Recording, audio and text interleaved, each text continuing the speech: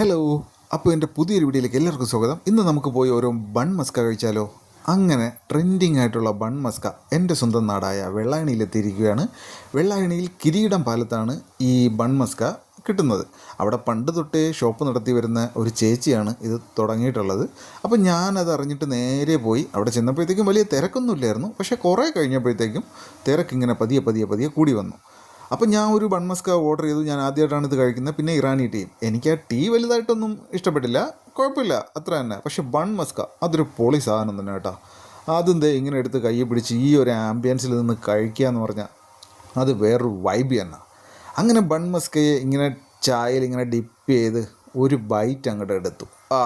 അന്തസ്, അടിപൊളിയായിരുന്നു കേട്ടോ. എനിക്ക് ആ ചായ എനിക്ക് ഇപ്പോഴും പറയാം ഭയങ്കര സംഭവമായിട്ടൊന്നും തോന്നിയില്ല. പക്ഷേ ഈ ബൺ മസ്ക ഇതൊരു പൊളി സാധനം തന്നെയാണ്. അതെനിക്ക് ഒരുപാട് ഇഷ്ടപ്പെട്ടു. നല്ല ക്രീമിയാണ്, അടിപൊളി ടേസ്റ്റ്. അപ്പോൾ മറ്റൊരു വീഡിയോ കാണുന്നവരേക്കും ബൈ ബൈ.